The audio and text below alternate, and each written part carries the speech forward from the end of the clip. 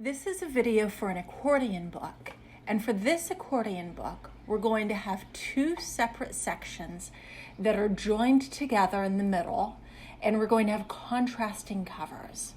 So you're not going to have to do any measuring, you're not going to have to do any cutting. All you're going to be doing is folding and gluing. The paper that we're going to use is an 11 by 17 sheet of paper that's been cut to be two pieces of 5.5 inch by 17 inch. And you can always use both the front and the back of the paper for your design. So don't forget that you have two sides. So we have our paper, we have our glue stick, we have our contrasting covers. So take one of the strips of paper and fold it in half. You're making folds that are parallel with the short edge. So after you fold it in half, then fold it in half again and make a nice sharp crease. Then fold the other side in half, and right now you have 4 even boxes. Keep the crease on your left and bring the sides from the right to the left. And what you're doing is you're just folding your boxes in half until you end up with a total of 8 half pages, all made by bringing the short edge to the fold and creating another little half box.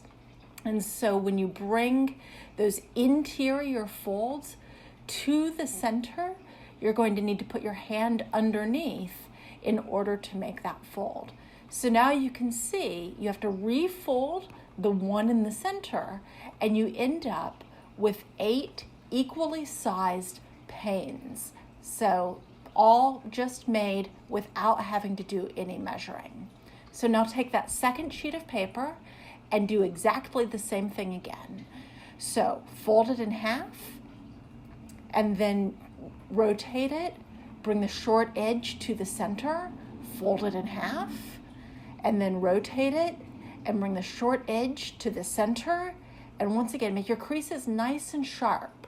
So bring that short edge to the center again, make that nice sharp crease.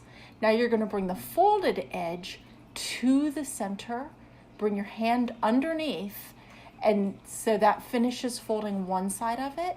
On the other side, rotate it until you can bring the short edge to the center, form the nice sharp crease, and then bring the folded edge to the center.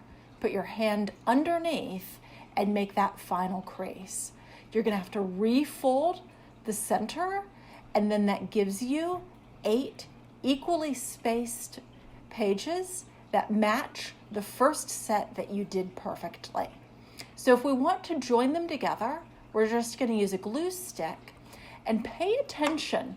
Notice that on the right-hand side, there's a valley fold that's just next to the glue. And on the left-hand side, there's a mountain fold. And we're going to overlap the panes so that the edge comes all the way into that crease, and so that the mountain fold is on the left and the valley fold is on the right. And you want to be fairly careful and make sure that all of your lines are nice and straight, and rub it flat with your fingers. And what that does is it now gives you a 34-inch piece of paper that's been evenly folded, and it's 5.5 inches high. And so now that everything's nice and square and joined together, we can add our contrasting covers.